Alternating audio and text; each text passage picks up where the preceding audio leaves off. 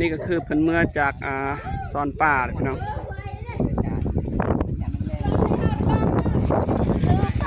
อะไรก็เซาแมบบ่เซาแมบโอ้เอากามาทายน้องครั้งแรกเดี๋ยวมาฮู้ซื้อซ้ำหน่อย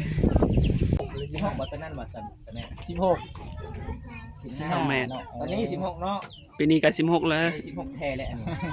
ผ่านไป3เดือนแล้วนี่โอ้เบิ่งเนาะมันปลาคอใหญ่ๆเลยสาลามานเลยทุกคนเลยสาลาว่าสาลาจับได้ปลาคอได้เพิ่นจับได้เด้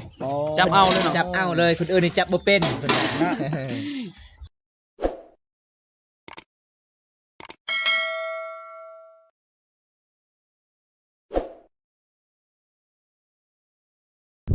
สบายดีพี่น้องตอนนี้เราก็อยู่ที่หมู่บ้านอาเหล่าเนาะก็มาถ่ายที่ชีวิตชนบทในบ้านนี้พี่น้องตอนนี้เราก็เห็นข้าเจ้าเมื่อจากสอนป่าเนาะ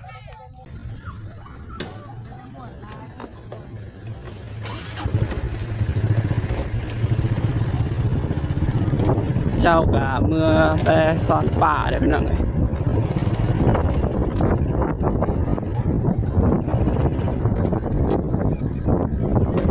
นี่ก็คือรถทีมงานกินปูระเบิดเนาะ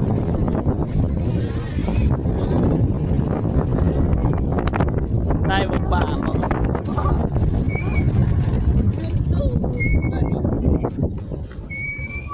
แล้วก็ทีมงานปลาคอใหญ่เนาะเจ้าเนาะบ้านเจ้าซื้อน่ะซาล่าบ่เนาะโอ้ซาล่าคนงามเลยนะ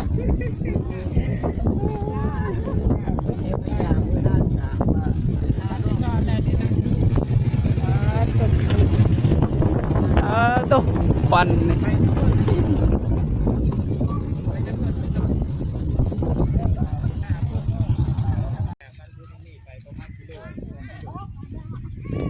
อันนี้ก็คือเพิ่นเมื่อจากซอนป่าพี่น้อง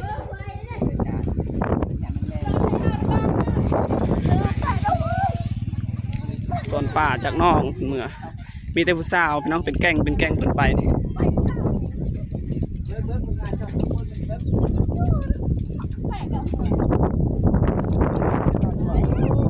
มันห้อยเลย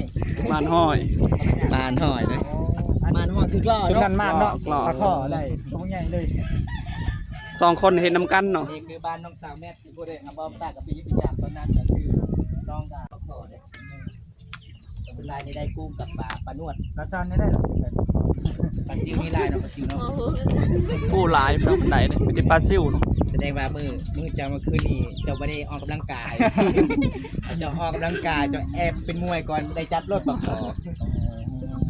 เบิ่งผลงานน้อง2คนมื้อนี้ทุกคนเลยโอ้ได้ปลาขาวหลายดิพี่น้องได้1 โลนี่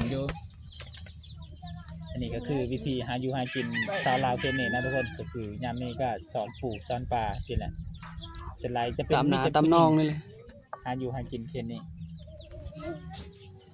ไปมันมือเลยบ่12 โมง2 โมงโอ้พังบ่เข้าใจ12 โมง12 โมง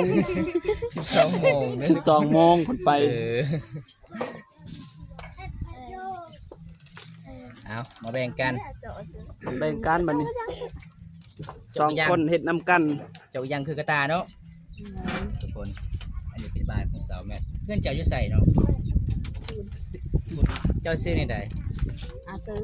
อาซื้อสาวอาซื้อเบอร์เจ้ามีบ่อาซื้อจะมีเพจบ่เนาะอ๋อซื้อว่าจังได๋เพจเจ้าฮักแท้บ่ได้ละใจเลยโอ้อายุจักปีเลยเจ้า15 ปียังโสดบ่โอ้งามเป็นธรรมชาติทั้งสวยทั้งขยัน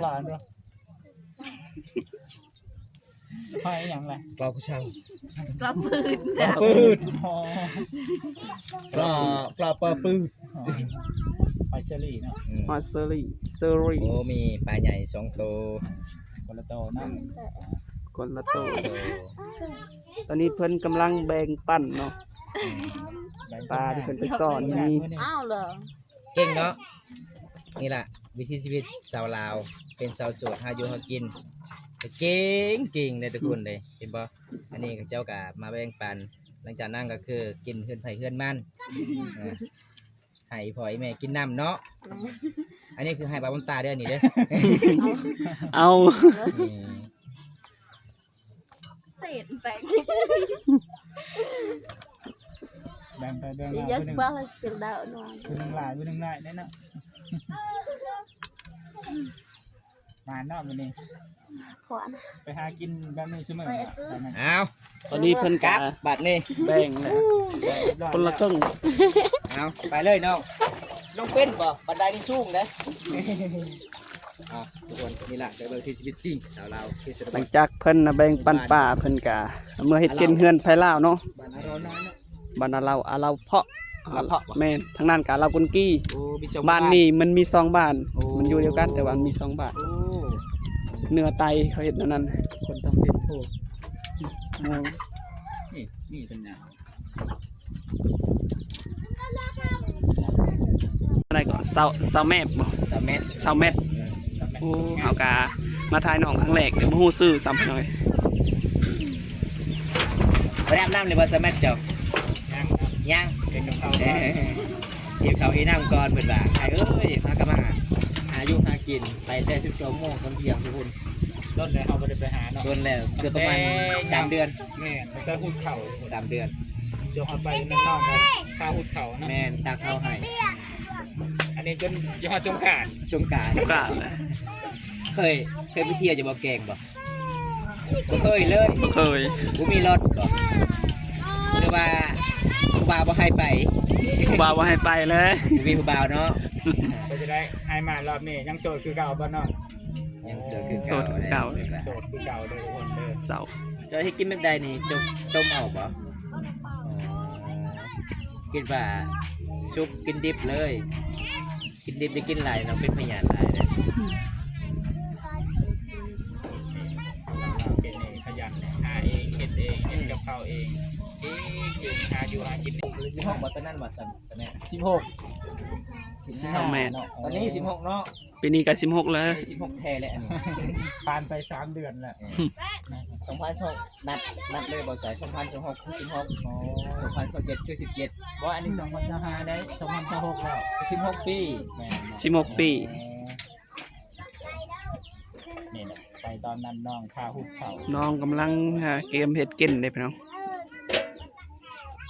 ปลาซิวเนาะ อีพ่อไอ้แม่ของน้องไปใส่เนาะ อยู่ให้บ่ทางให้เองบ่ ให้ไปส่วน หุดเข่าก็นอนอยู่ให้เลยนี่ทางให้ก็นอนอยู่ให้อีก แม่โอ้ทุกคนเลย แต่จะบ่ได้พักผ่อนเลย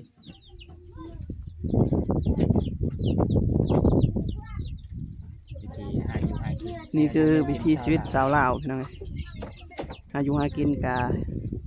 เฮ็ดกินเองเนาะ หลังจากที่นี่อะไรสิแกล้งหรือสิก้อยเอาเป็นไรนี่แกล้งเอาเนาะทำไมแกล้งเอาบ่ต้มเอาบ่ โตมาเอาแกงเอา ป่านเขาเอิ้นอุ๊กเอา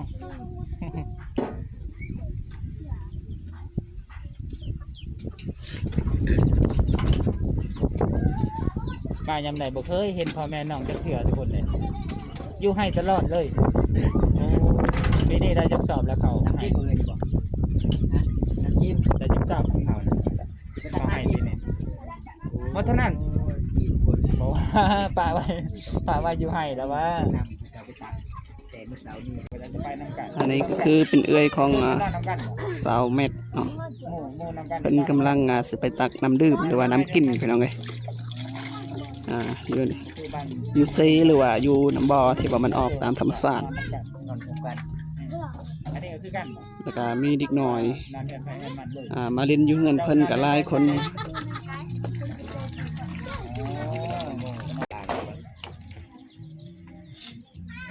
สามเมตรเมื่อยบ่หากินมื้อนี้เมื่อยเนาะเมื่อยก็สู้เด้เพราะว่าตอนนี้น้องก็หิวข้าวหิวน้ำแล้วทุกคนเลยเฮาก็สิกลับแน่เพราะว่าเฮาก็มามื้อนี้ก็ค่ำๆเนี่ยทุกคนเฮาเวลา 4-5 โมงแรกแล้วทุกคนเลย ราะว่าเฮากะสิเมื่อบ้านแน่จะได้บำตากะสิปิดคลิปไว้ซุมนี้ก่อนพี่น้องเบิ่งวิถีชีวิตสาวลาวนี่เป็นตะม่วนหลายทุกคนเขาจะดำรงชีวิตแบบเดิมเลยพี่น้องที่ชนบทหมู่บ้านนี้ทุกคนเป็นหมู่บ้านอาเหล่าพี่น้องหมู่บ้านที่บ่มีสัญญาณโทรศัพท์ทุกคนสาวแมทให้กลับกันเด้อพบกันหน้ายิ้มมายามกันใหม่เนาะได้บ่บ๊ายบายนี่ บ๊ายบาย บ๊ายบา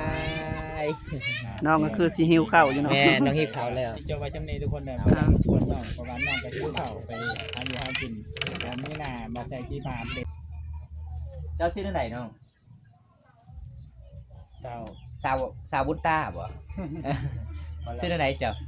ระบับไปกิน ทุกคนเกษตรบดนี่แรงนี่ สาวเราก็ติด เงินเขาเผาไฟชีวิตร้อยเพลงบนต้นได้ได้ โอ้คนได้ห้อยนี่พี่น้องเอ้ยห้อยนี่ละห้อยมีตัวบักใหญ่นี่ห้อยนี่คนได้นี่กับปลาอีกเพิ่นเพราะว่าเพิ่นกำลังเพิ่นหากำเมื่อจากการช้อนป้าอยู่ในน่องพี่น้องโอ้ห้อยบักใหญ่ๆนี่พี่น้องเอ้ย เล่นด้านมาแล้ว สาวเรากับว่าสาวเราไม่เคยกินเลยทุกคนเลย เลย ปลา เบิ่งเนาะมัน ได้ ปลา ปลา คอใหญ่ๆเลย ได้พอ สาวเรามันเลยทุกคนเลย สาวลาวว่าสาวลาจับได้ปลาคอได้เพิ่นจับได้เด้ จับเอาเลยเนาะ จับเอาเลยคนอื่นนี่จับบ่เป็นเพิ่นว่าเพิ่นไปเฮ็ดมวยเลยเด้ สาวลาวเป็นนี่ว่าได้ธรรมดาทุกคนงามแล้วก็หากินมันดี แม่น ๆน้องคนใดปลาส่อน ปลาซ่อนคือปลาคอเนี่ยปลาคอใหญ่ ได้หลายเนาะทีมงานเจ้า อันนี้ขนาดแบ่งกันยังหลาย แบ่งกันก็ได้สำนีเนาะ แม่นหลายอยู่อันนี้บอลแบบว่าวิธีสาวเราหาอยู่หากินกับประมาณนี้ทุกคนก็หาซ้อนปูซ้อนป่ายามนี่ยามน้ำไม้ก็คือหาน้ำไม้ สาวลา แม่นเลย เจ้าอายุจักปีเลย17 ปีนี้เนาะ ปีแล้ว ปีกายนี่อันนี้พอ16 ปี อ๋อ ปีนี้ก็ขึ้นอีก17 เยื้องของน้องมีจักคนเนาะเยื้อนเจ้ามีจักคน11 คน 11 คนหลาย โอ้11 คน คนเลยทุกคนเลย กับลานคอยยังน้อย โอ้เป็นยังไงอายมามื้อนี้ยังโสดคือเก่าบ่ แมน อ๋อยังโสดคือเก่าแต่อายคนหาเพจเจ้าบ่เจอเลย กระทึกอายเมื่อหาจุนปีนกกใหม่หาสัญญาณ คนหาบ่ได้ก็บ่เจอเพจน้องลาโอ้ยพี่น้องไอ้สิได้เลยทุกคนเอามื้อนั้นทุกคนเลย น้องลาเข้ามังกล้องมา น้องลาสาวมังกร อ๋อชื่ ก็ เพล คื ง อ นะ บ่แม่น สาว บ่แม่นน้องลาทำเบาบ้านบ่าวบางตาบ่แม่นในน้องลาหมู่บ้านอาเหล่าสาวบ้านอาเหล่านี่ถ้าใครเอานี่สุดยอดเด้บ่ผิดหวังในน้อง ผิดหวัง ขยันเลย จะกินก็เก่ง เก่ง หากินก็ หา มา กิน อันนี้ภาษามันเจ้าเอิ้นหยังกุ้งนะ